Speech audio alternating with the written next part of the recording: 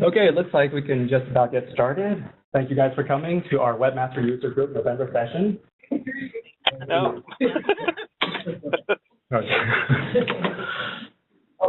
second meeting. So yeah, we're at the November session. As many of you know, my name is Michael Chen. I'm with OTech Web Services. And today, here's our agenda. It's a little different than we were originally anticipated. We wanted a very short accessibility discussion, but the presenter couldn't make it. So the agenda here has been modified accordingly. So we're starting with the welcome, which is happening now, followed by Google Tools update by Richard Lehman, which includes analytics and webmaster tools. Then we will take a 10-minute break, followed by CA Web Gallery by Scott Patterson. Then an update on offerings by David Escobar. And then our partners here from Simsoft, Mark and Bhavik, will present on CA Web Publishing, followed by a Q&A session, and then we will close for the day.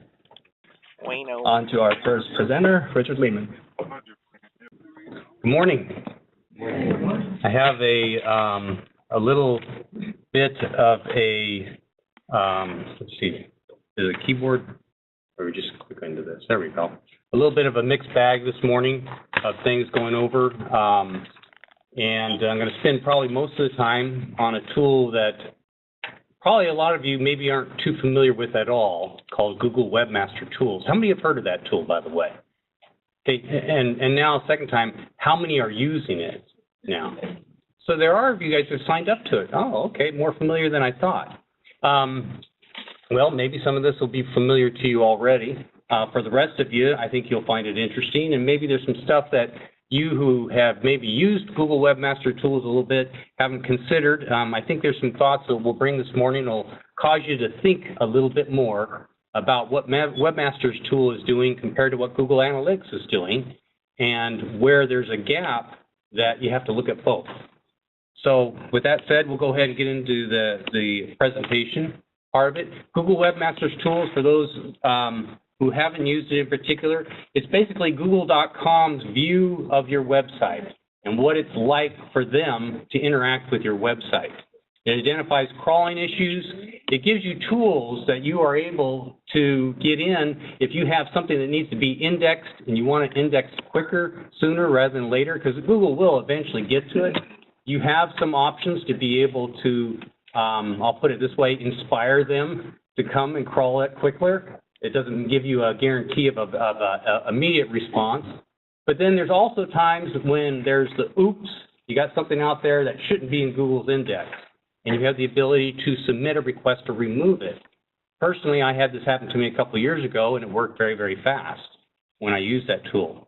It gives you insights into how people are reaching your website, that search engine optimization view of what's happening on search. You want me to put that on?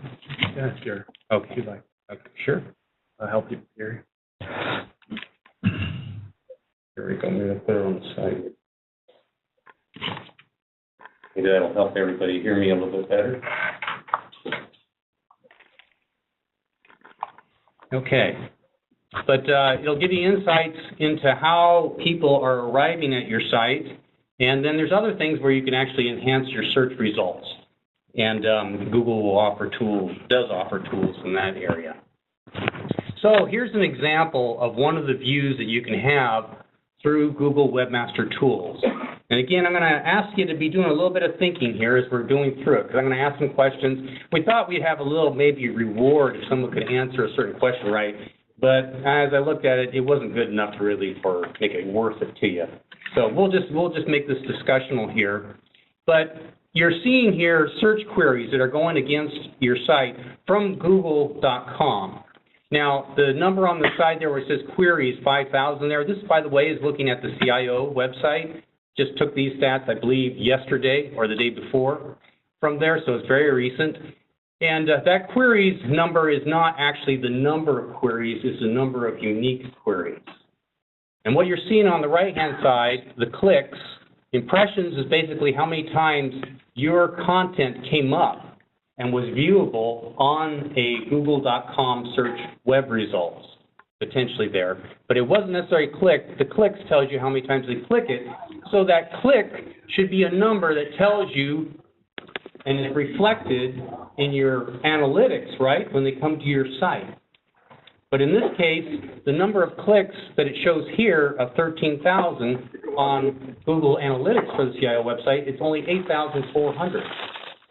And so the question is, why are those two figures different? We're going to get you thinking about this. Notice here the highest query here is the incident response plan. I wonder if they really know that, or how would you know that any other way except through Google Webmaster Tools that people are querying for that. So there's a second tab out here called for top pages, and it tells you another view of the same results, but just top pages. So we'll look at that now. And you'll notice the numbers are basically the same here, except for it's telling you basically the total unique pages that have been viewed through Google. And this is over a month's period right here you're looking at, a 30-day period. And you'll notice in this, down here at the bottom, remember the big query, the biggest and highest query was incident response. Here's, it's showing the incident response plan example.doc is the highest document that everybody's looking for on the CIO's website. Now, here's the interesting thing. I went over to analytics and I looked up on there to see if I could see what the number says over there, and it's a very low response document in Google Analytics. It only shows it at maybe 100 views. But here, it's showing a figure by these clicks right here that you're seeing down here of 20 times that volume. And you wouldn't know it unless you looked at Google Webmaster Tools. So it's you get a lot of good information out of there. By the way, there's all kinds of ways to filter this result. I can filter it by what the view would be like compared to a desktop or compared to on a mobile device, or how it's all working there. And you can do that throughout various views that you have, because all I'm giving you right now is just one of the views through Google Webmaster Tools. But in looking at this, and I'm looking at the results that it's showing down here, I'm seeing this document here, right? That's a Word doc, right, that's coming through. And this is a web page. It's the home page. Here's another document. Here's another web page. So I'm seeing both web pages and documents that are coming up in Google search results, and Google is taking them to our site content directly from Google. So I got a question for you to think about, and I kind of was hoping to, let's see, we got a nice piece down, yes. Got a question for you. I want you to think about it. Are the pages identified as clicked on in the Google Webmaster Tools included in the page view reports on Google Analytics?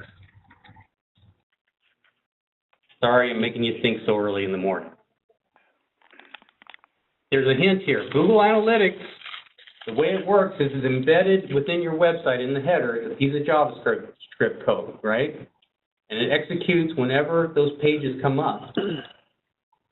So a hint here is that's the only way the analytics happens on your website. Who knows the answer to this? It's one of those, I'll give you another hint, depends question. Anybody have an idea or a thought as to what the answer is here? Are the pages identified as clicked on in Webmaster Tools included in the page view reports on your Google Analytics? Someone's shaking their head. Why? Nobody wants to even give it a try. Pardon me? The numbers don't support it, but why? Why don't they support it?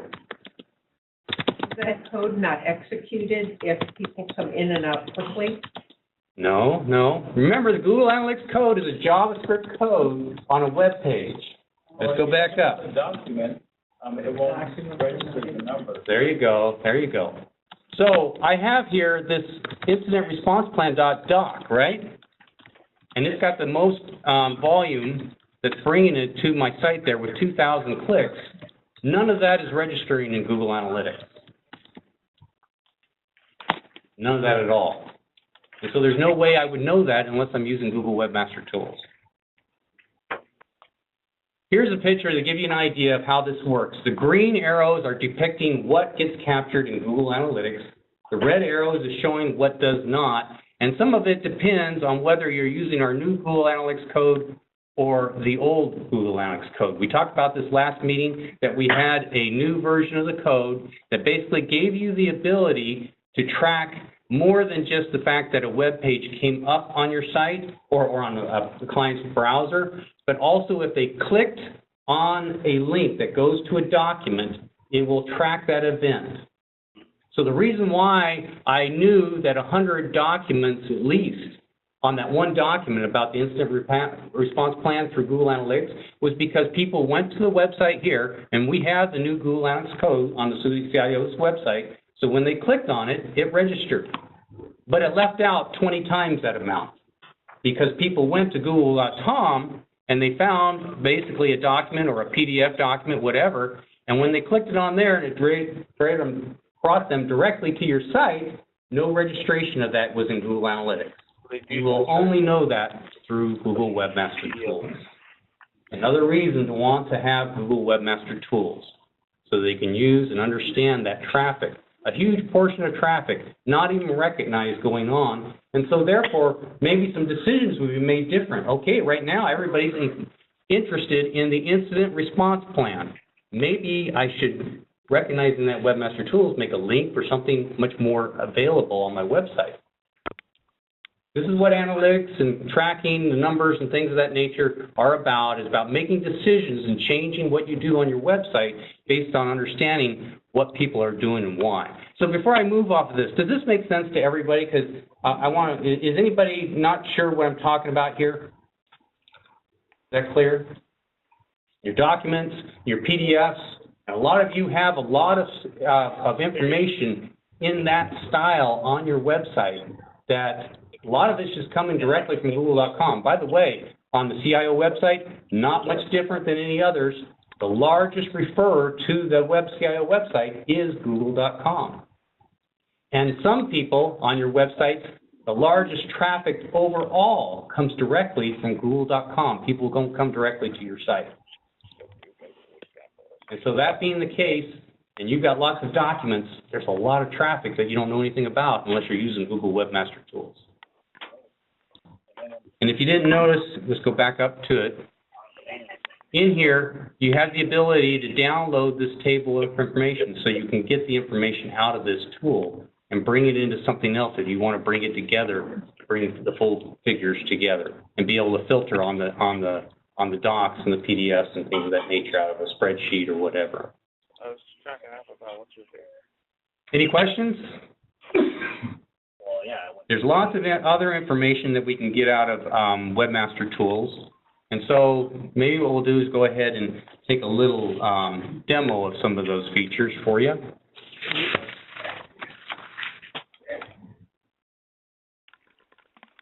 This is that same site, the CIO website. And there's all kinds of options that are in here that you're able to go through. And for the sake of time, matter of fact, I want to see if I can make sure I keep track of time here. We won't keep it too long on there. But this is the one we were looking at, search queries, before. But in addition, under search traffic, you're able to see links to your site. Do you ever wonder who's linking to you? The CIO website has lots of links coming in, an enormous amount. Matter of fact, I was surprised at how many.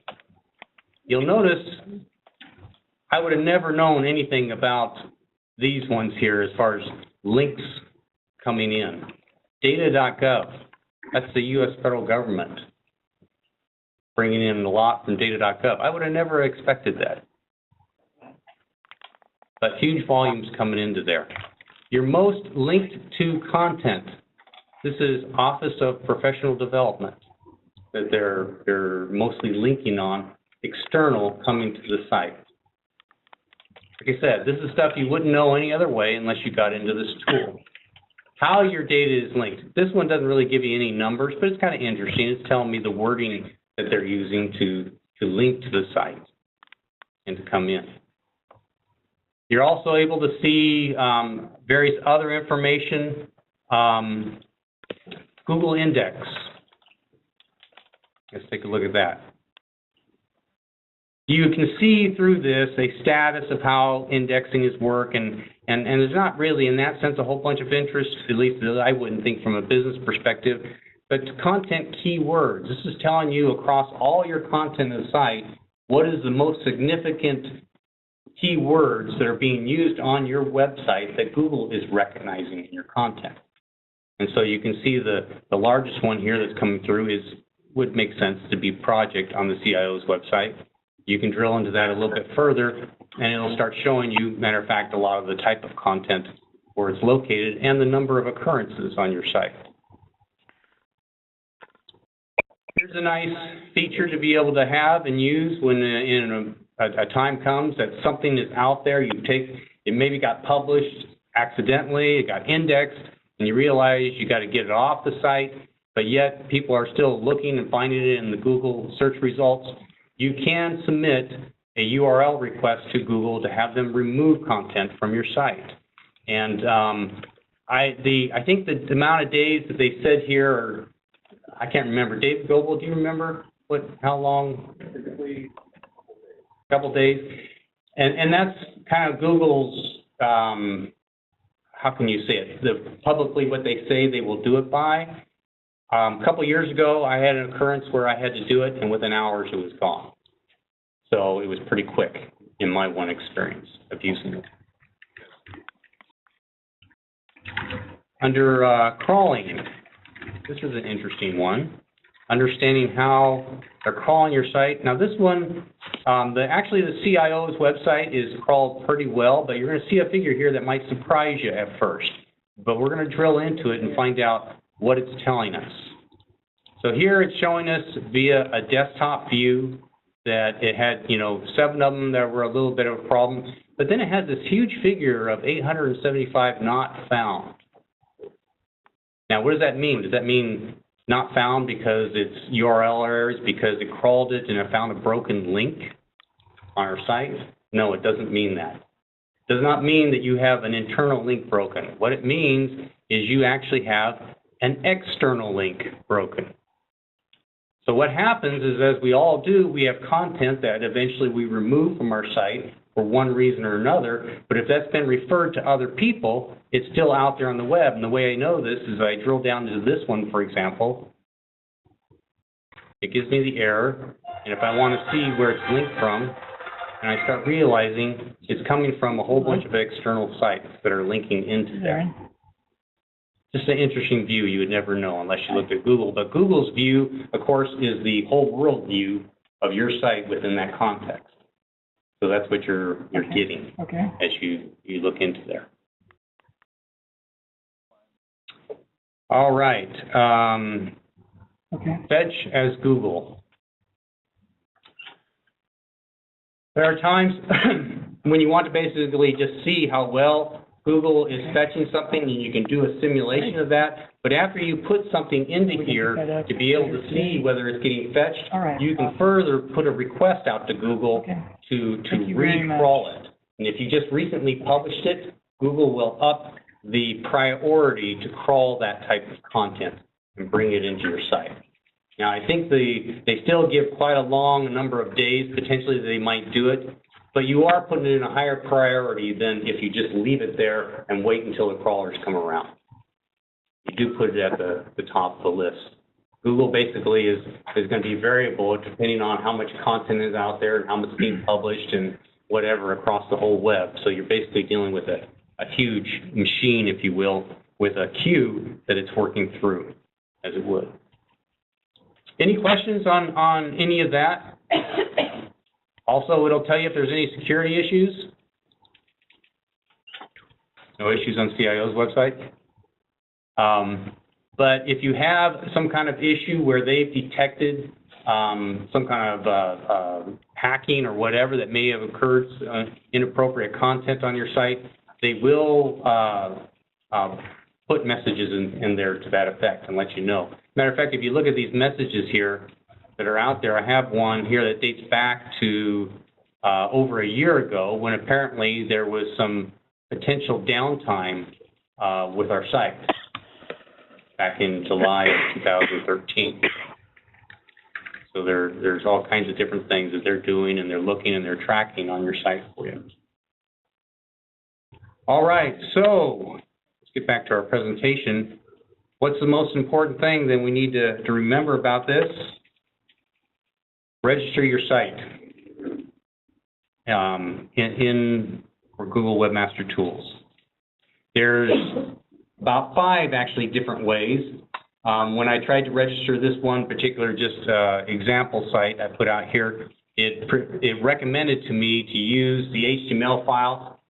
Basically what that is once you've got to first have a Google account. Everybody should have a Google account anyways, because to be able to view Google Analytics, to be able to view anything about Google Webmaster Tools, to be able to get in and do any management with your Google site search, you got to have a Google account. And as always, we recommend that people not use their personal Google accounts, but they have some kind of Google Webmaster account, so to speak, that they have for the department they've established there. You can even tie it to a general Webmaster email if you wanted to do that. For example, if you have a webmaster at, for example, cio.city.gov, you can take that email address and establish a Google account with that so that all emails and notifications related to that particular Google account will come through to them. And in addition, you can log on with that email address, so you don't have to learn another one. But you can establish a Google email address too if you want a Gmail one. But then they want to basically, you have to verify that you actually own your site to be able to have access to the Google Webmaster Tools. It's a free tool, but we can't do this for you. You're going to have to do this for yourself here. Some of these other things, we can set up your analytics for you, of course, your site search, but this one you're going to need to do. And we're recommending you do this because we'd like to be able to get more into this tool later on in a workshop. And before we would do that, you're going to have be on the tool and have it up and available for yourself. So one of the ways is embedding this little file that Google will give you to put it onto the root site of your site. It's just a little file that only they will see, and they'll recognize, okay, you own this because you got this file from us through my logon on Google. Therefore, you can do that. There's other ways to do it, an HTML tag. You can actually, there's a way to do it through Google Analytics, and you may need to contact us to help you with that. And there's other ways, too, that I'm not even necessarily as familiar with. But it's very easy to establish, and we recommend that you do. Okay, on to another subject. Upcoming Google Analytics changes. I told you there's a mixed bag of things. There is a capability Google recently released for Google Analytics that allows us to filter out crawling or bot traffic that's coming to your site. So basically, that type of traffic has in the past been inflating the analytics on your site. What we're going to be planning on doing come effective January 1st is we're going to go through and we're going to turn on that feature for all your Google Analytics accounts. And we're letting you know so you can let people who are your stakeholders or are interested in the analytics, they may see a little drop in the figures because we're cutting out that bot traffic. Does that make sense? Can you do me a favor? It's just a filter capability that just came out recently. Yeah. Also, another thing that's going to be coming down the line, and we don't really have a set date for it yet because Google really hasn't set a hard date for it, and that is Google Universal Analytics. It is where everyone's going to have to do an upgrade to. I understand it'll have a little bit of change, not a whole lot, to your dashboard views. It'll have probably some additional features that will be added to there. It will take, it won't take right away, but eventually we will have a new set of Google embed code for that we will be releasing. So we're just letting you know about that ahead of time. Actually, I think there was one department told us that they were interested in potentially upgrading their dashboard to the Google Universal Analytics. And so we actually can do that for your site. Upgrade it to there if you have reasons to want to do it. Universal Analytics gets into some additional features that give you greater tracking relating to mobile activity and relating to the Internet of Things. And we'll be getting more into this later on, talking about it, but you're essentially able to track anything that can be connected on the web. Thank you. And you want to track some kind of event activity, no matter what it is. If it's basically connected to the web and it's running via software, it's just tracking some event. It could be cars going by on the freeway, you know, and you've got something tracking that. You actually can capture that and send it to Google Analytics and create a dashboard for that type of activity. Does it have equipment and disposal dates? Upcoming, we have a seminar we want to do on web performance management. And, as I mentioned already, workshops relating to search engine optimization using Google Webmaster Tools and site search. We want to do both of these in the future. The one on web performance management would be first, and we're shooting for doing this in early December, and it's looking like, my gut feel is going to be the second week of December, because the first week is following Thanksgiving, and everybody's just getting off vacation, and they're going through all their emails and trying to get caught up with everything, and we want to put people into bind. So I'm thinking maybe the second week in December, probably on a Wednesday, and here, that we would hold the seminar on web performance management. This is one that, in particular, for the first hour, we would highly recommend that you invite your key executives that have an interest in the performance of your web and your web performance and your properties that are on the web. Your CIOs, your PIOs, or other business execs that have an interest there. Because really, if you're going to embrace analytics of any kind for a web strategy where you are actually, you're doing it for a reason, right? You just don't want interesting figures you can just show people, but you're wanting to say, okay, based on this information I now have, I'm going to make different decisions about what I'm doing on the web. It's telling me, it's informing me. And that's what this seminar is about. It's about a web performance strategy, and if you don't embrace executives that have some kind of decision-making capability relating to your content and what you're doing on your website, there's no point in it. Google Analytics is just a tool, but if nobody cares, there's no sense in doing anything with it. So this first hour is going to focus on that business strategy, and we'll also be doing this via webinar, but we just want to strongly recommend that you encourage your PIOs, CIOs, execs to especially take an interest in this first hour. We will be talking about performance management and how to grow the capability, a strategy for basically where do I start and what do I need to do to be able to become more mature in this area where I'm not just looking at neat reports, but I'm tracking things over time, and I'm noticing differences there, and it's causing me to make different changes in my content or the organization of my site or what I'm highlighting because of what I'm learning through this strategy. And in addition, it allows me to start setting some goals or some key performance indicators of what would I like to accomplish, what would I like to increase, and what would I like to track to see whether I'm meeting those goals and objectives. And then to take it a step further, when we start getting more sophisticated in our decision-making and our business decisions relating to this, I want to start knowing and understanding what the difference is between my physical channels and my web channels and my mobile channel. And what's the impact when traffic changes from here to here, or what's the impact when people drop off from my mobile or my web channel on my field office channel. These are important decisions to be able to understand the impact of these across all those.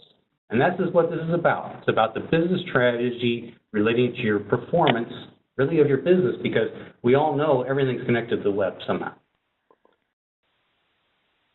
So with that said, recently we had a very interesting meeting with some of the larger departments that are using Google Analytics in the state. And we found some had more sophistication than others, perhaps, in terms of what they were doing it from a business standpoint. And in particular, Franchise Tax Board seems to be kind of a lot farther than most state departments. I don't know of any other state department that's as far along as they are in the sense of implementing a web performance strategy. They actually have implemented a governance, a regular review, and all kinds of other things, looking at also their usability of their website, their content. They've been doing a number of different things for a number of years now, and in maturing in the way that they have done their performance strategy. And so what we've asked them to do is do a presentation of that, of a case study that basically tells the story. Because for all of us, we're mostly starting at the ground level for the most part. And this one is going to be telling the story of how they started out, the first steps they took, maybe difficulties they ran into, things they needed to do to engage people to get them to understand what was going on, and what were the steps that have gone on, where they are today, and where they're planning on going in the future. I think you'll find it very, very valuable information. Because this isn't a private enterprise, this is another governmental agency, just like you.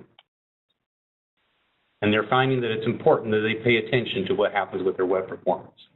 The second hour, you can tell them if they can stick around if they want, but if they want to leave, they can go ahead. We're going to focus more on in-depth things related to Google Analytics and what you can do with it. So obviously, you'll want to be there the first hour and especially the second hour if you are into that area.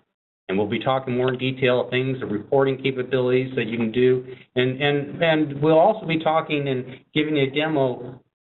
Hopefully, well, the plan is to give a demo of customer feedback via online surveys, because one of the ways that you get performance isn't just a Google Analytics thing. As we said, there's Google Webmaster Tools involved. It's search engine optimization, but it's also being able to ask your customers once they've completed an online transaction, what was your experience like? Good, bad, or ugly? Or if they are on your transaction page and they're leaving it, wouldn't it be good to capture, what's going on here? Why are you leaving and not completing the transaction? Be nice to be able to do that and find out how we can improve our online channels.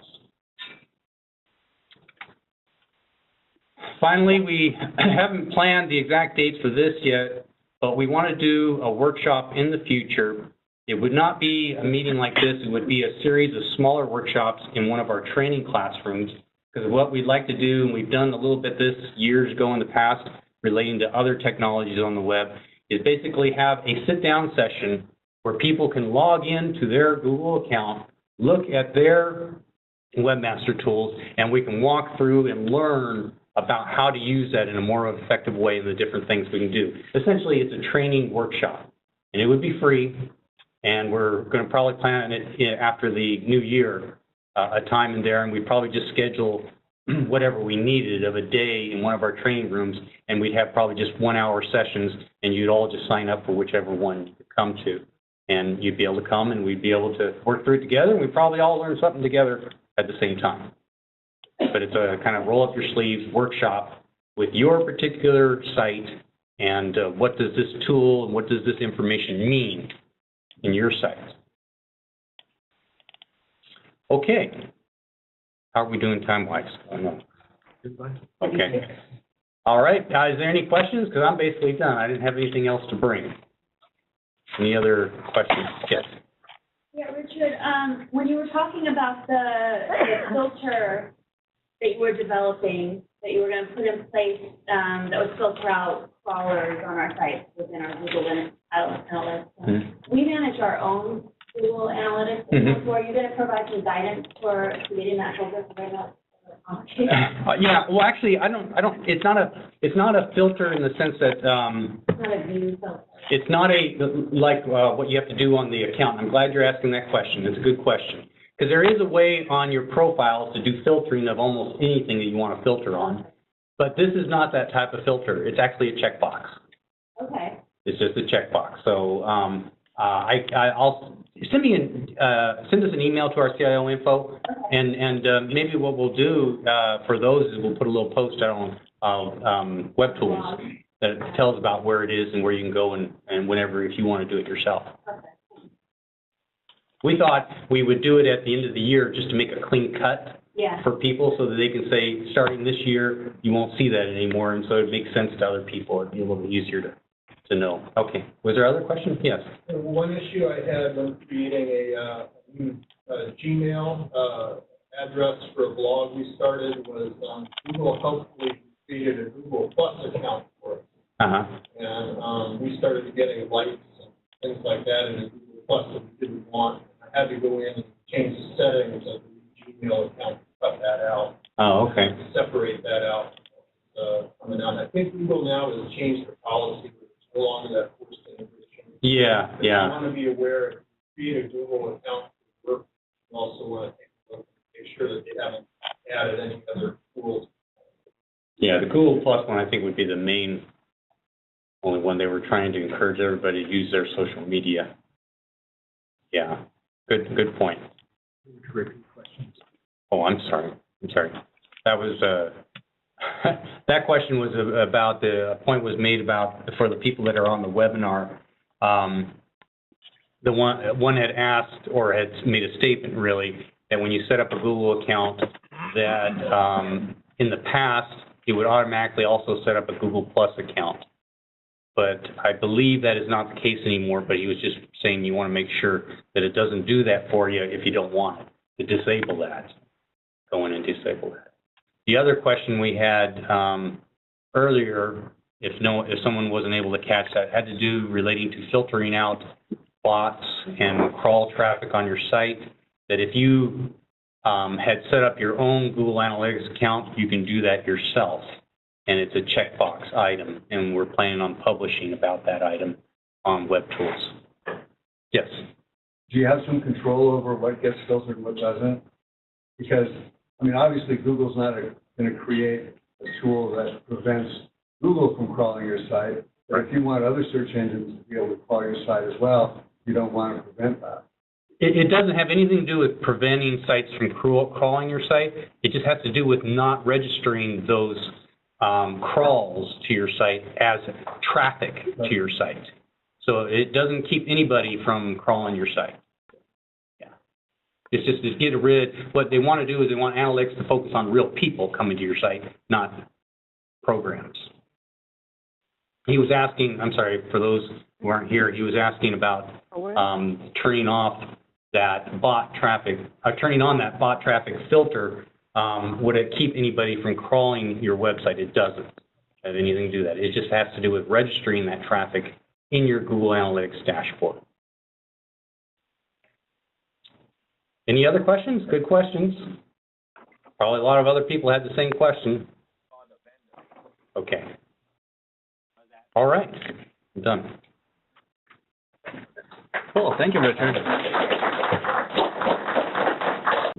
So before we get started, my name is Scott Pedersen. I'm with the Enterprise Solutions Division within the department. How many people attended the Mobile Forum Mobile event we had last week? Very good. How many people are aware that we do actually have a California Mobile Gallery with State Department and agency apps? Very good. Higher response than I get a lot of times.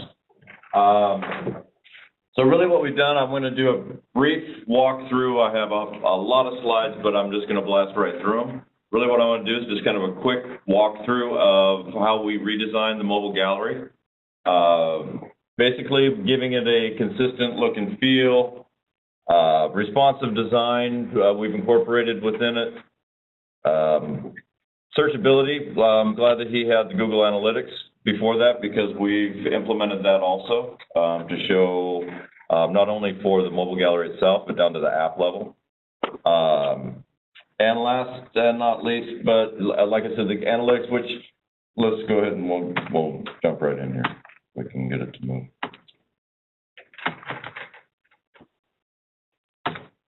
There we go. We can do it. So anyway, as I was saying, so the enhancements that we really did to the gallery, like consistent look and feel, I call it an industry standard. We've got our two, gorillas in the room. We've got Google Play and iTunes. We've kind of designed it to give it that same look and feel. Responsive design, it'll resolve on any device now. So as we look into the gallery itself, we've kind of standardized all of our icons, our department or app name, the department, standardized descriptions, and for the PC users, we've also incorporated QR codes that will allow them to scan and have that app resolved right there on their smart device. So as we look at the full design or the landing page, we've got our featured, most popular, and most recent apps. Like I said, we'll get into the analytics in just a second. We've also got them broken out by platform, which is mobile web, our iOS, and our Android. And then we have also broken them out by categories, which include jobs and training, health and safety, most recent, most popular also. So responsive design. Gallery now resolves on any smart device, on any tablet or smartphone. And like I said, it also, you can get to the apps through from our PC users by scanning our QRs.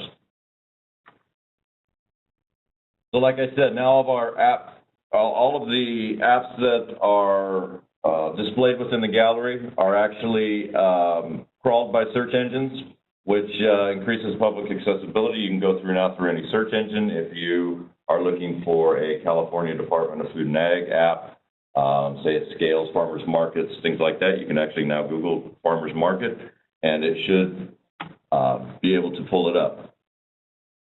Analytics. Like I said, it's not only within the gallery itself, counting hits of people that are hitting the gallery landing page, but it is taking it down to app level.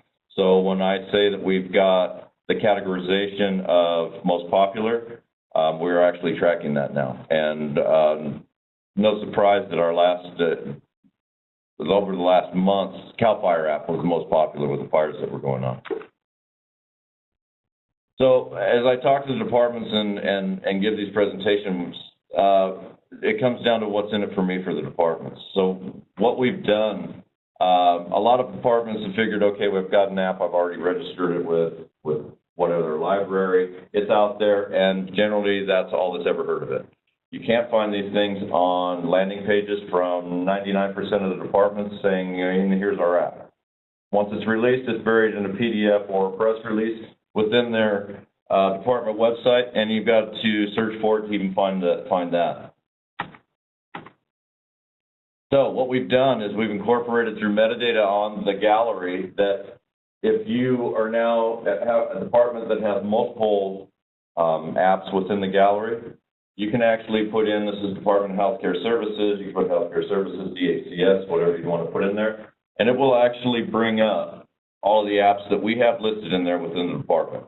So in essence, this is really almost creating their own partition within the gallery of their own gallery. Same thing with CDFA. They have a few apps that are listed with us. There they are there, Farmers Market, Public Scales, Report a Pest, our favorite. And if you put in CDVA, ultimately it will bring up just their apps. Supportability. We now have the support model within just our unit. We used to have multiple units doing multiple things between creating icons and creating descriptions and putting it together. We also created a utility and interface that is simple enough for me to post an app, if you can believe that. So that's another plus. You don't have to maintain the site. We will do that for you. All we need from the departments simply is a description, an icon, and location. So what's next? This is going to be a living animal. We're not going to let it just sit. So next week, we're going to start implementing reviews and comments. So for the departments that, whether you know you've got an app out there or not, I would say that it would be good for you to go into the gallery and look and see if you have an app out there. Some of the apps, like I said, at some point seems like they were almost a checkbox, and they're still out there. They're in version 1 or 2. We're now in version 4, the template. And they should probably be upgraded. And now we're going to be allowing the public to go through and do comments on this. And I think the apps that either have old data or need to be refreshed will be fleshed out by the public because they're going to be posting comments on these things. But I think it's a very good idea because the way we designed even the landing page, I don't have a shot of it. We have a suggestion box on that. For mobile app ideas, what would you like to see? It's for the public. And I've gotten great response from the public and creative suggestions for new apps. So that's it. That was painless. So any comments or questions? Nah, very good. If you do, though, if you have a question, you've got an app, you have a concern about an app you have listed, you want to list an app, like I said, on the front page, the landing page of the mobile gallery, you'll see down on the bottom right, there's 2 videos, but above that, there's an area where you can send suggestions that come straight to me. So if you have any questions or concerns, feel free to submit it through there. Thank you very much. Thanks for coming. Good morning. Welcome. I'll be very brief. We did have one presenter, if you look at the old agenda, who was ill and not able to come, and he was going to speak on accessibility issues, 508, et cetera. So in lieu of presenting that, I'm not the expert. I do have a question. show of hands, please, how many people would be interested in having a focused, targeted hour, 2-hour presentation on best practices and other functionality around 50888? All right. So I don't know if anybody here from the Department of Rehabilitation, but I will be reaching out to you. Okay.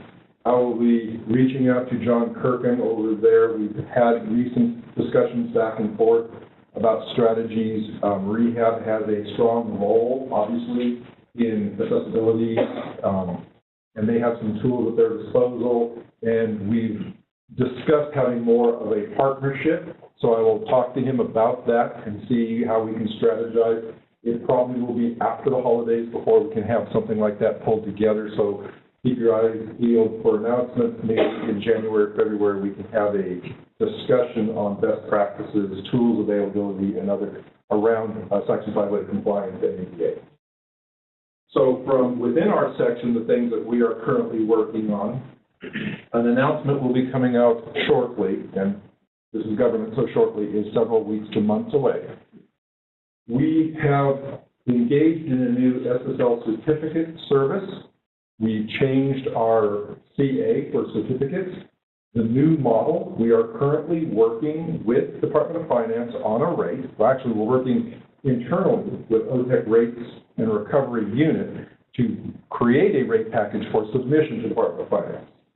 And upon doing that and approval from the Department of Finance on the rate, we'll be making the announcement. We're really excited about it. It is a all-you-can-eat flat rate service, if you will. It's a single cost to OTEC. We are parsing that cost out by department.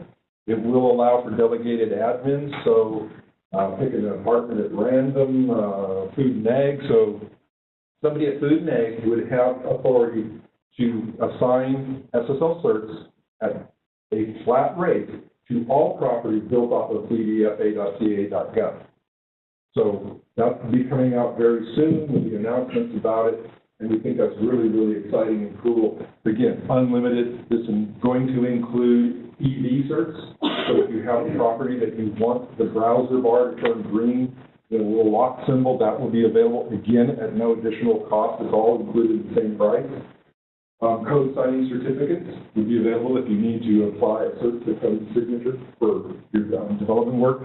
So a lot more on that. We will hopefully be able to speak in much more depth at that at the next WUG meeting, which in my head I'm estimating is going to be February, March, January, February, in that time frame.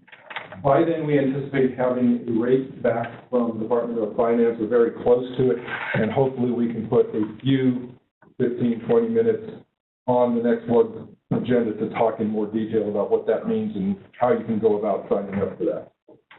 The other two big things that will be coming out here in the very near future, and is by way of introduction to the next presenters, is the semantic redesign of the state template.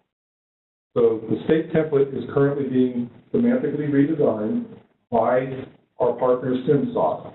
That will be released. It's pretty much, I'm looking at Savita now, pretty much done, I think?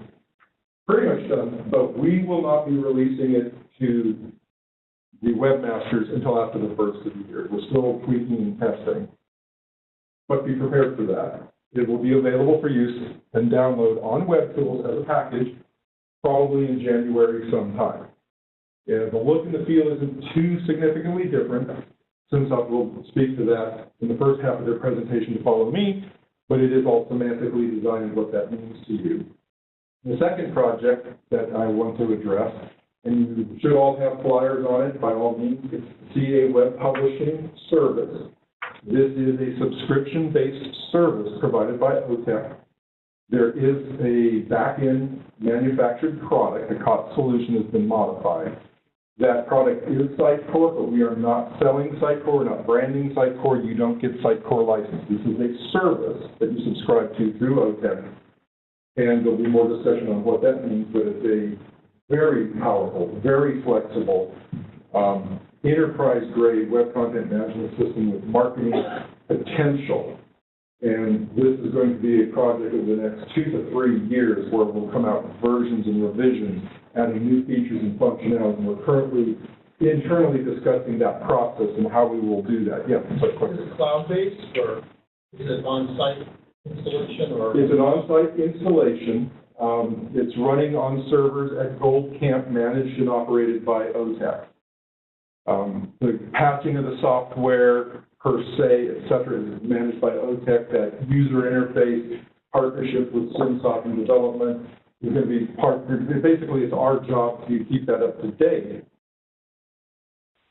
It'll simply be a subscription service.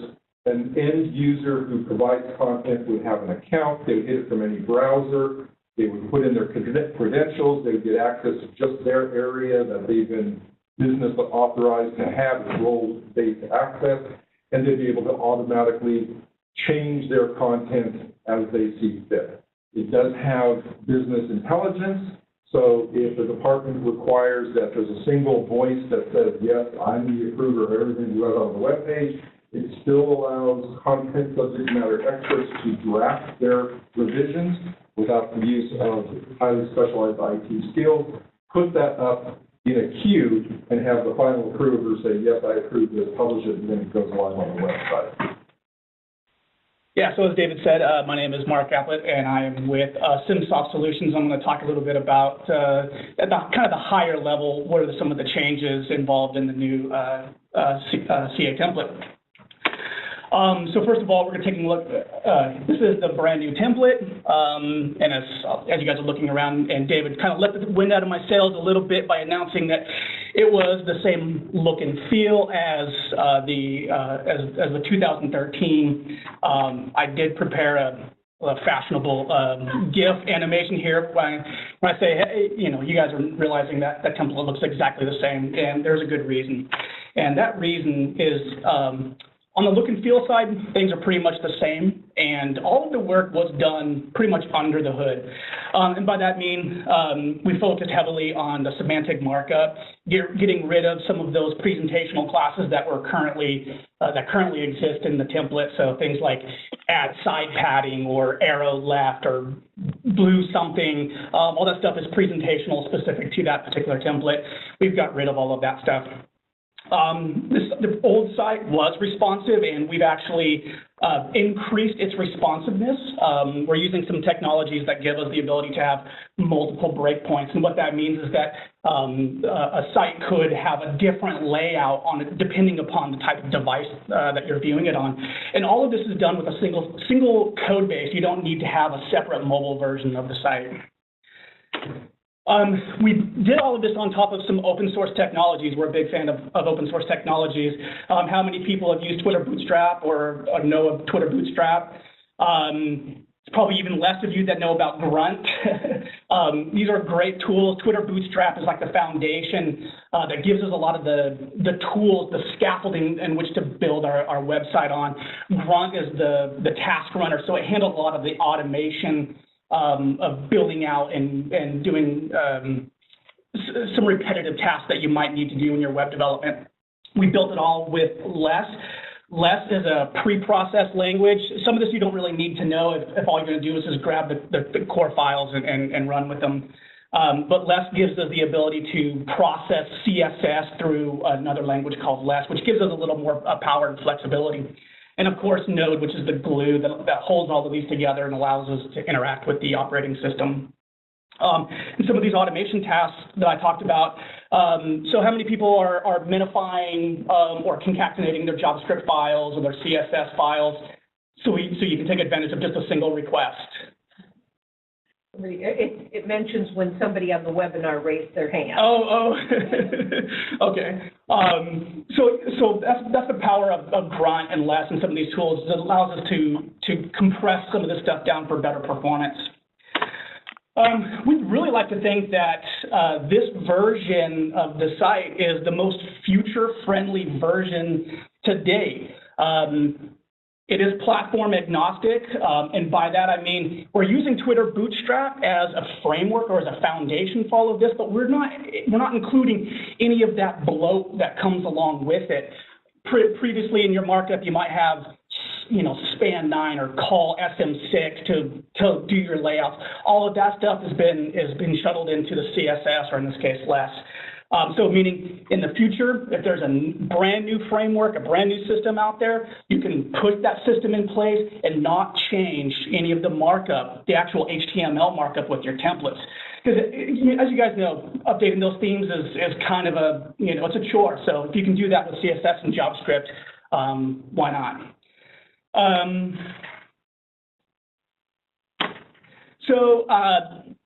I'm going to say, hey, today is my birthday. I'm turning 30. And for any of you people who are laughing, you guys are probably realizing, hey, this guy is not 30. And that's totally true. But I did want to talk about 30 new modules that we've included into the new template. In the past, teams might have to reinvent the wheel or rely on creating commonly used patterns, design patterns from scratch. You don't have to do that anymore. For example, off-canvas menus, if you're in a mobile view and off-canvas is the menu that slides in from the side, that's included with the new template, as is the original drop-down menu. We've got a number of other modules like accordions, tab panels, slideshows, carousels, photo galleries. These are all baked into the system now. There's also a number of commonly required, commonly needed content modules. So things like news, you don't have to create that markup. It comes provided. So news, events, exams, jobs listings, as well as the actual detail themselves. And one of the nice perks is if you are using the CA web publishing system, most of that content is being delivered through schema. So if you guys are familiar with schema, you know it has some implications for better search engine optimization or search engine ranking. Now, I've only covered a couple of those items.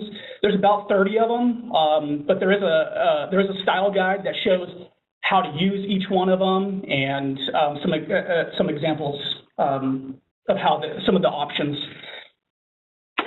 Another thing that we're really proud of with this template is the improved accessibility for the template.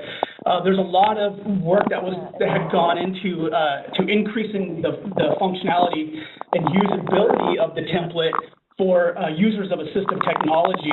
And we're really quite proud of that. Some of the things with like the navigation system has been overall to use ARIA attributes that react based on how the person's using it. So it'll add ARIA controls and ARIA attributes to say when something is triggered or toggled. So there's a lot of great work that's gone into there with like the navigation as one example, slideshows, tab panels. These are all accessible now, and previously they weren't.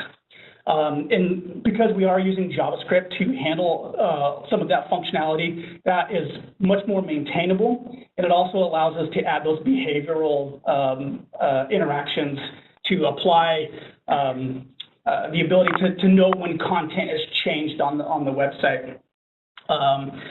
So that pretty much covers it in a nutshell. Hopefully I didn't stumble too much here. I'm not a professional speaker, but I do want to turn it over to Bhavik to talk a little bit more specifically about the CA web publishing.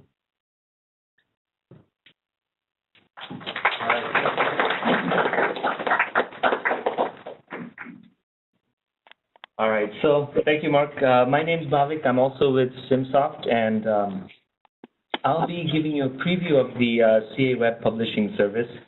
I just wanted to mention also that all of the work that Mark has done with the template and all of that stuff is all built into this web publishing services. So that it does use the newest version of the template, and you get all these features and functionality kind of out of the box. So give me a second here while I bring up the browser.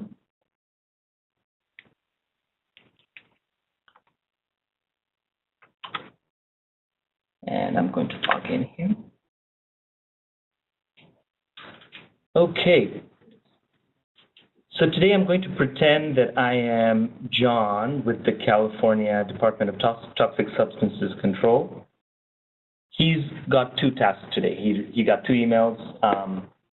He needs to work on a new page for the Hazardous Materials Division, and also a new press release or news item for their PIO division.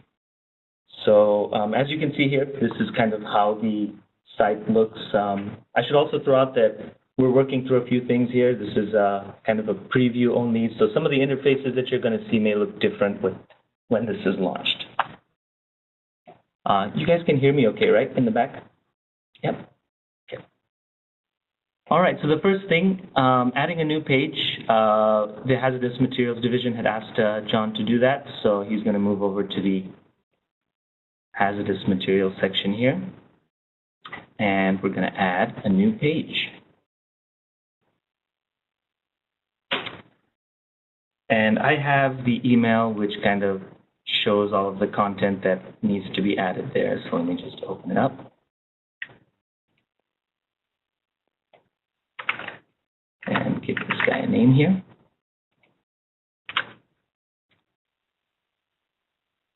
These are the annual facility reports that need to be, the page that needs to be created on there. As you can see, when the new page is created, it's pretty simple here. No content in there. But the email does have all of the content that I need to add in there. So I'll copy the content here and paste it in. And the service actually also provides you with rich text editor, as do most CMS systems here. So you can see here for adding the main content. I do have rich content editor. My content authors were kind enough to write the HTML for me, as you can see. So I'll put that in there. And once I accept those changes, you can see here now that that content is now on the page. And that's actually about all you have to do for that. So now that we're done with this page, I'll save it. Can you also tell that you don't need to HTML to do? Yes, sure, of course, of course. So yes, of course, the content editor it's a rich text editor, so you don't need to know how to write HTML. I had switched to HTML view just because for the demo I had prepared my content beforehand. You can use the rich text editor to do all of your content editing. You have various functionality in the rich text editor to paste from Word. I know that strips out word formatting. I know there's a lot of issues when you do paste from Word. Linking to other content on the website, pulling in images from your media gallery, all kinds of functionality in that regard. So you can use a Word-like interface to edit all of your content.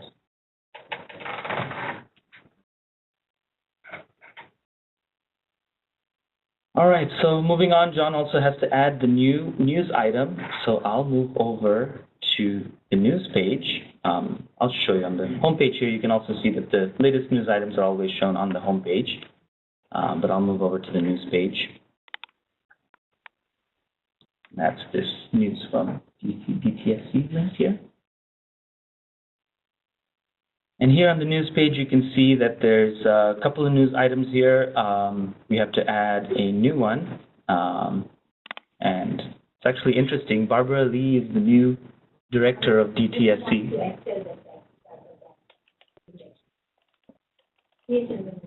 Sure, sure. So I will.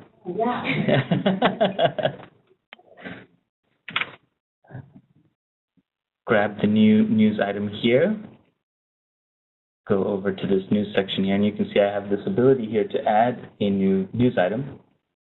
So I'll click on that, give it a title.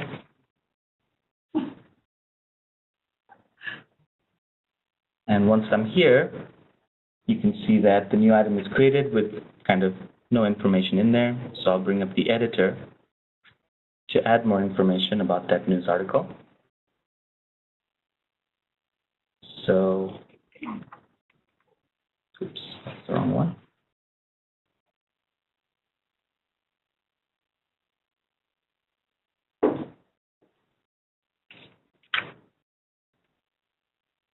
The teaser is that Governor Brown appoints Barbara Lee as the new director of DTSC. Actually, that's the title. I'm sorry about that. And then this is our little teaser. And the teasers are essentially those short summary items that come next to the news items when you're looking at it in that listing or summary view. So that's what's there. I'm going to choose an image that I want to use.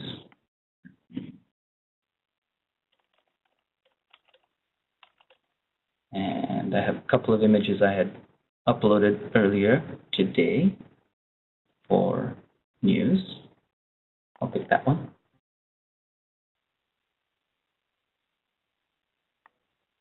And then I have some content here. And this time I'll just actually take some text from here and show you how that works.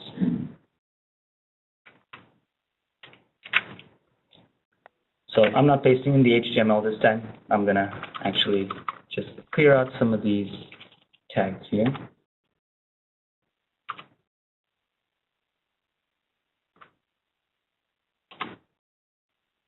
And I'll leave some of that information in there.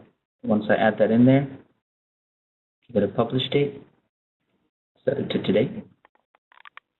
Say this was in Sacramento. Once I save that,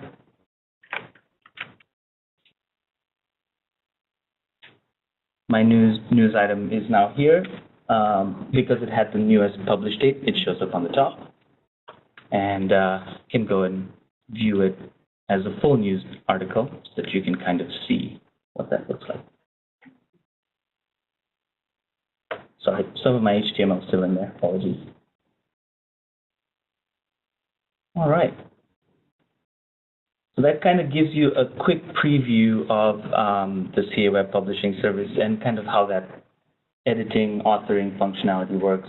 As David mentioned, it's all also security access controls so that various folks within the divisions can gain access to their specific portions of the website, be able to go in here and use this inline editing interface to do most of their work. So with that,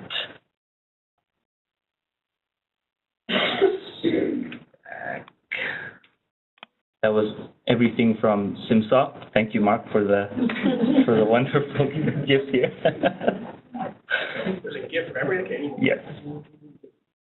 All right. Any questions? Yeah. So how much of the templates that are going to be delivered up front are we going to have the ability to modify or change? Or will there be the ability, or will that news feature kind of look that way? So there are different styles for that are being made available in the template, and basically you can switch between the different styles that you want to see. But it is a predefined list of styles that you get to choose from. So that's developed by OTEC, and then the folks who are authoring the content can pick from those styles when they add the content into the website. So is this Sitecore that you're using for the content management? That's correct. So What I heard from David was it's 2 to 3 years out? No, I'm sorry. Oh. So, I don't know if you were done, Bonnie. No problem. Thank you for that. So, real quickly, some of the questions that we hear a lot, and I will give you a generic response. We are, as I stated on the certificate issue, we are working internally with OTEC's Rates and Recovery Unit to submit a rate package to Department of Finance. We anticipate, I stress that word, having approval from Department of Finance by February or so of 2015. So we don't really know. We can in our head estimate, but we can't discuss what this will cost on a subscription basis. We're strategizing an annual subscription by department or site, and that's still in discussion. But I can't even discuss what that magnitude of value or cost is going to be. The other question we hear a lot is when. So we are working diligently, as is SimSoft working diligently. We've heard a lot of different discussions made by executives, et cetera. I will not give a date right now. I can't.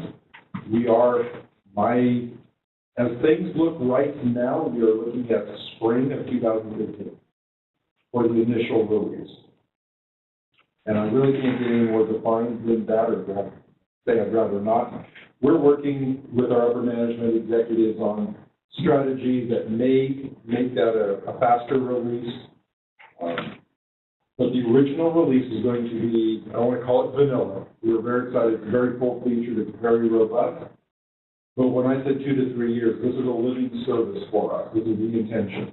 So it'll come out of for release, people can use, and it'll have all the functionality you're hearing about sometime in 2015. At that point, one of the things Sitecore does very well is the marketing suite. We have licensed that, but we have not deployed that yet. We aren't even testing that yet. So what that allows you to do, for those of you who've gone down this path, is A/B or multivariate testing on a website where randomly visitors see 1 or 2 or 3 different images, and you collect your click-through. So after a period of time, you can actually go back and say, well, when we use this text on a button, it had a 60% click-through adoption rate. When we use this other text on the same button in the same area, it had a much less adoption or click-through rate. And those A/B variances or multivariate testing is a planned future release that we probably won't be coming out for a year or more, but it is on our roadmap strategically. Other things are also on our roadmap strategically. And we do intend this to be a living community base, if you will, of state government. So whoever is using the service, we are currently strategizing a process whereby the users of the service will be able to provide us with requests and feedback that collectively we will take under consideration and make changes, features, functionalities, et cetera, over a period of time into the future. And that process will go on for 2 to 3 years.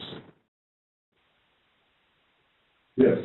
Is this just a resource that will be available, or will it be mandated template upgrade? Will we still have the other option to do our own template? Absolutely. So this is a service that is offered by OTEC for any California state agency. That's lowercase a agency. Nobody has to use this. We believe there will be huge value in it. We believe that it will be cost competitive. We believe when all considered, it'll be I'll say it, no-brainer, that it'll be faster, easier, and cheaper to use our service. But by all means, if you choose to do your own, we will release, as I stated, the redesigned semantic markup template in Web Tools for anybody's use. So if you want to take that and reuse that as a new template for your self-managed static website, you're welcome to do that. If you wish to convert it into Drupal, Joomla, WordPress, .NET Nuke, or anything else that you choose to use as your CMS, you're still welcome to do that. Are you looking at a monthly service or one-time service charge? We are still working with our Rates and Recovery and Department of Finance. We think it makes sense to do an annual rate that will be renewed on an annual basis.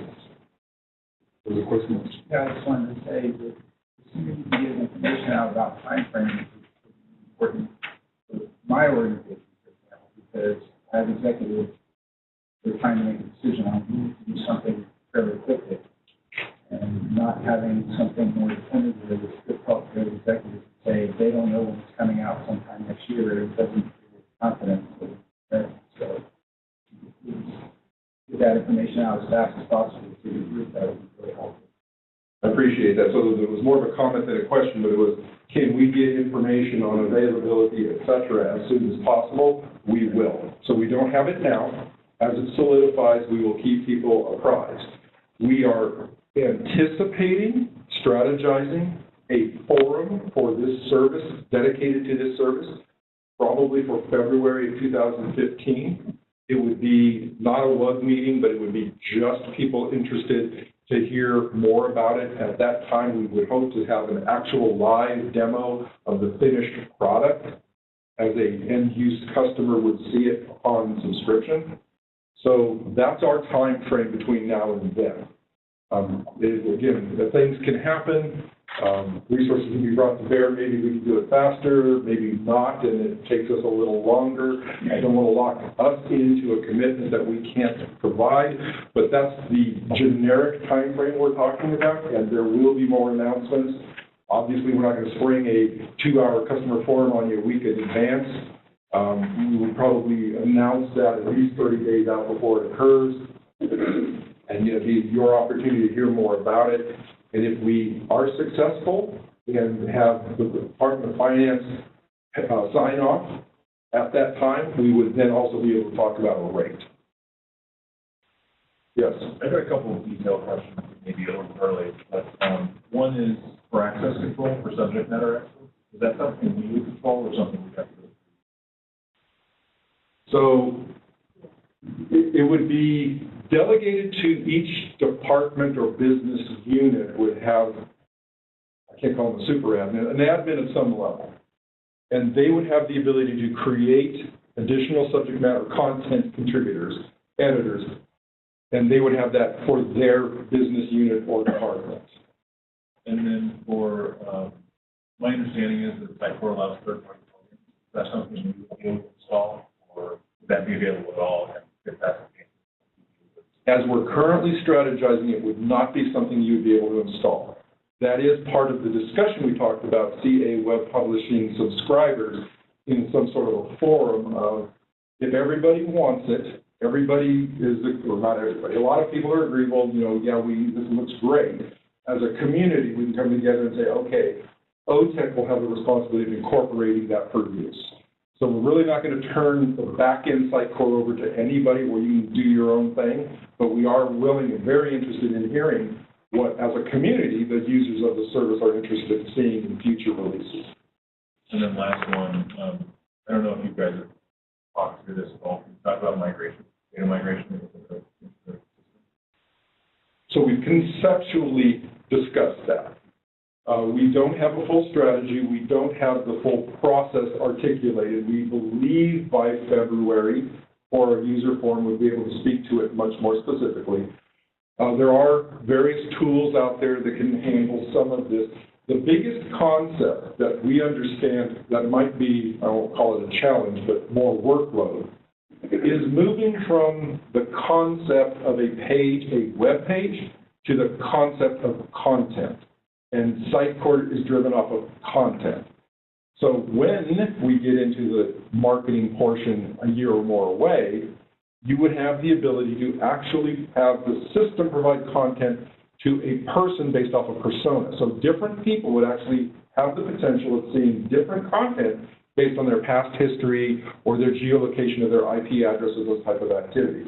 So to get people out of the mentality of we build a web page and this is what the web page looks like and does, may be the biggest challenge. That and all of the semantic markup.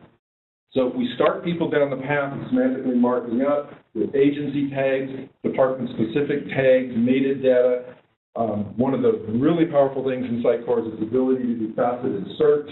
That faceted search is driven off that type of back-end structure. So those are the type of concepts that would probably have the biggest role in the migration. Did I hear you? I'm sorry, there's a question in the back. I'll come back to you. Yes. Yes.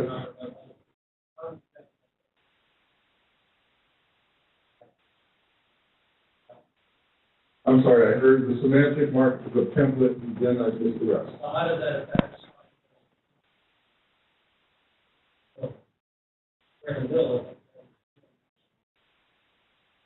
So the question is, how does the release of the new template affect or impact departments and agencies currently incorporating the existing template? Thank you for the question. The bottom line is, we release this for use. There is a general mandate to use the most current template. There's, as far as I know, no enforcement that people are going to come in and talk to your CIO or anybody else in your organization. If you are on a path to incorporate what's currently out there as the available template on web tools, I encourage you to continue that effort. If at a later date you wish to incorporate the semantically marked up, that's a choice you would have to make internally in your organization and strategize how you would do that for your uses. That's one of the reasons we decided to incorporate the new template directly in CA Web Publishing, shameless plug time. that takes that burden off of you. Every time a new template is released by the state of California, that new template will automatically be incorporated into CA Web Publishing. I have a question up here, and I'll come back to you. Yes? So you mentioned that this is platform neutral, so it doesn't matter if your shop is running a PHP shop or .NET or whatever, it doesn't matter? So this is a service. But we have a few questions. Let me put this on. Get out of my hand. So as a service, it is agnostic to the point that you shouldn't have to worry about this. The under the hood manufacturing changes, et cetera, is going to be handled by OTEC. That's the bottom line here. We're not expecting any user of the service to actually go into Sitecore and make configuration changes. So again, it's out of that concept of, well, we're a PHP shop, we're Linux, we're Apache, we're Windows, we're .NET. This is a .NET-based product. Our programmers who are doing a lot of the work, actually the heavy lifting right now is being done by SimSoft. It's all being done in .NET Framework. But that shouldn't matter specifically to an end user, because we are providing a service, not a tool, not a platform you can develop off of. That's key, and that's fine with us, but that's not what a department chooses to do. They want more hands-on, under the hood, get dirty and greasy and tweak things themselves, then this isn't the service for you. Yes, there's a question to that.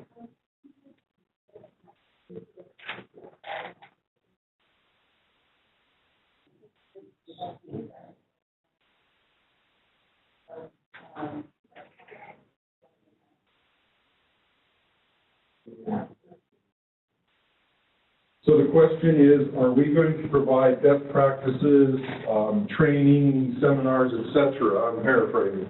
So the short answer is, it is on our strategic roadmap. We do not have that calendared at this time.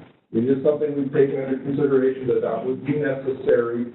So as we envision this, as customers approach us and say, we are interested, there will be a one-on-one session with the technical people at that department about what this actually means to them, lay out a strategy, and do a walkthrough process. Here's what you're going to have to do. Here's what we're going to have to do. And we see the onboarding of new customers as a very integrated process, customer by customer. In addition to that, if we're ready for it when the forum comes around, whenever that does occur, we would probably have some general best practices that we could address at that time. Does that answer the question?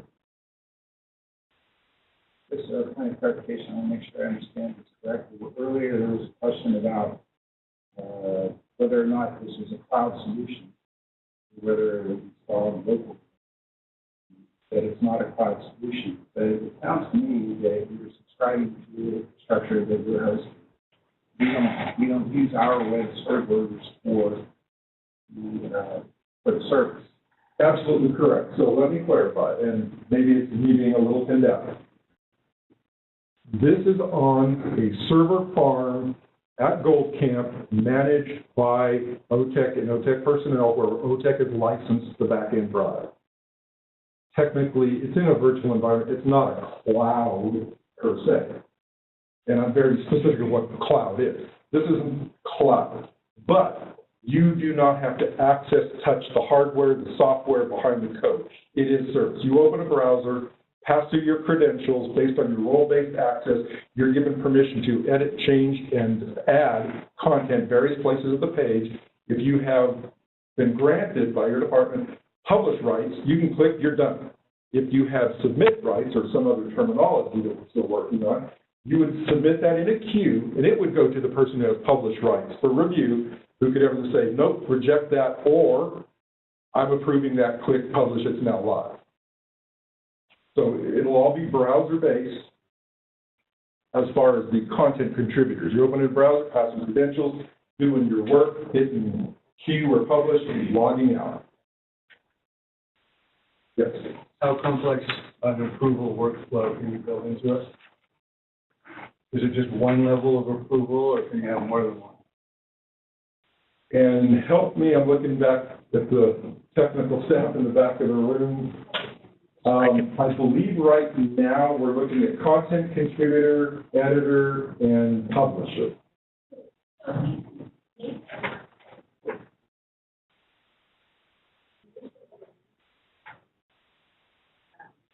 Great.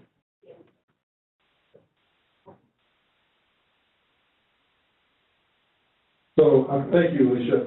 That's Alicia Johnson, who's part of the project team.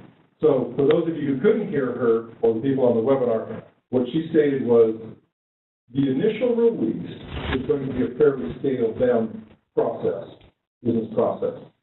But we could make it as complex as you need. If you have some very, very specific, well, it has to go here, and then it has to go there, then it has to go to another person, we can work on that. The tool allows it. But again, as a service, we have to be sensitive, not only to your needs, but what we're able to easily maintain. We really want to take this as, again, it's a community effort. While there can be customizations specific to an entity or a department, by and large, we want this to be a platform that's uniform to all users, make it easier for us to maintain, and keeps your costs down. Any other questions? Oh, yes.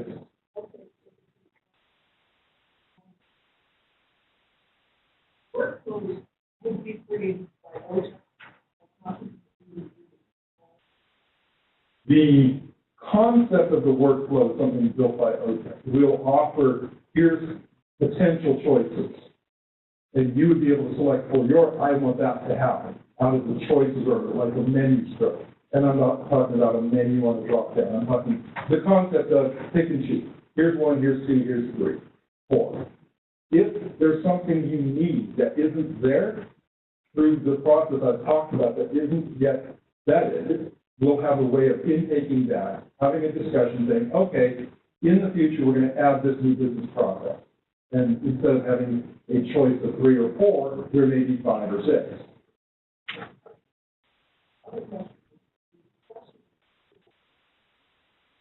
So currently, disaster recovery per OTEC is not part of the offering. It won't be on the initial release. It is on our long-term strategic vision.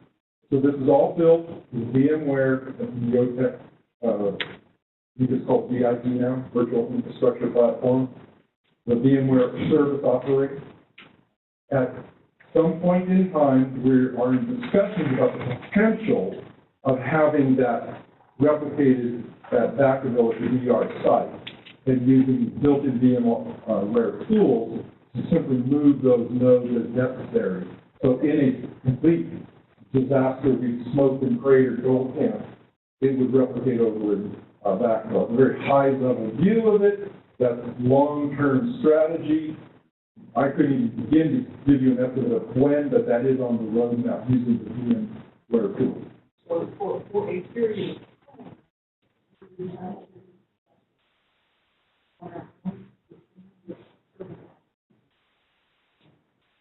I don't even know how we'll be able to do that. So we will do backups. We'll be able to do restores. The VMware environment gives you some level of redundancy already. You're not locked into a single machine or physical machine. But actually doing disaster recovery, I really don't even know how you'd be able to do that. And you basically have to replicate the site core back in yourself somewhere and then migrate to it.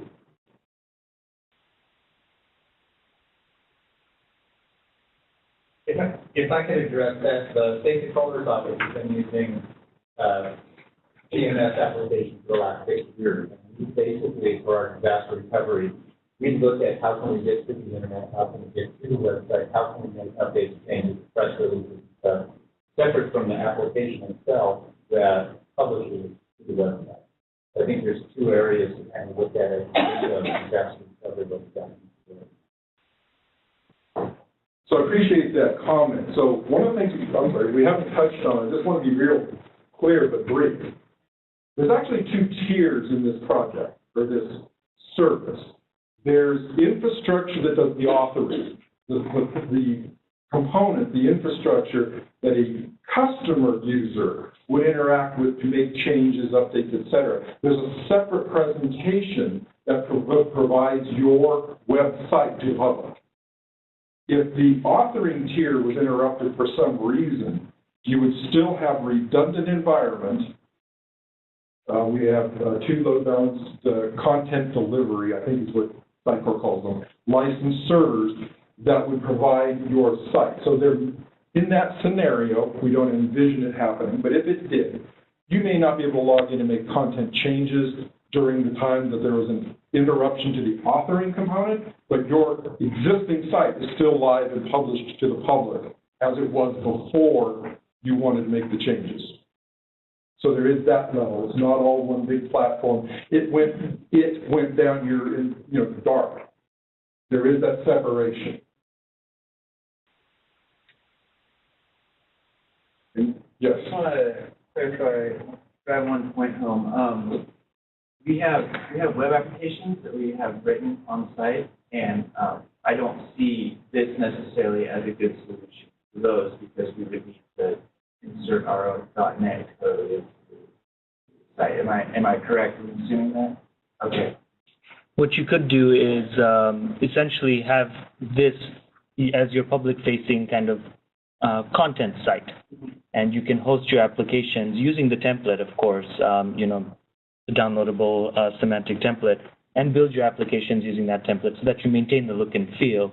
And then essentially this can be used for your content, and you can link out to your applications from your content to your internal servers to serve up those applications.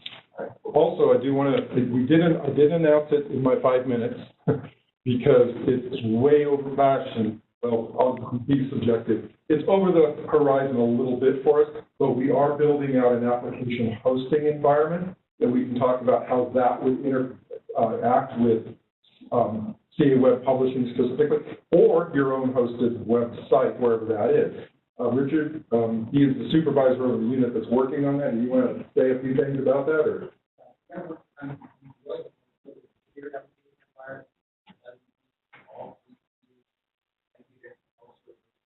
My life that my children that way, and firewall is for that. It's pretty much only that. And then right. Yeah. So we really think, we'd really be happy to see everybody use CA Web Publishing, but if it just doesn't work for you, we understand, and you're always welcome to do your own thing. There's no arm twisting or mandate here as far as the service goes. But as we announce these future initiatives like application hosting, we'd be happy to have a discussion on, here's what my application actually does. How can I embed that or link to that, or however that works in Sitecore?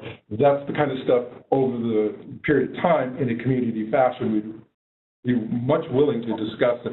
Again, I'm okay saying we've heard about it, we've talked about it. The answer is we just don't think that's supportable. You're free to do whatever, or thank you for bringing that attention. Here's our strategy. If that works for you, it works for us. We're going to go do this. Anything else? All right, well, thank you. Thank you, David. That was a good Q&A session. At this time, if there are no further questions, if you think of any questions after today's meeting, feel free to email us at the email shown on the screen here. And aside from that, we are done for the day. Thank you for coming.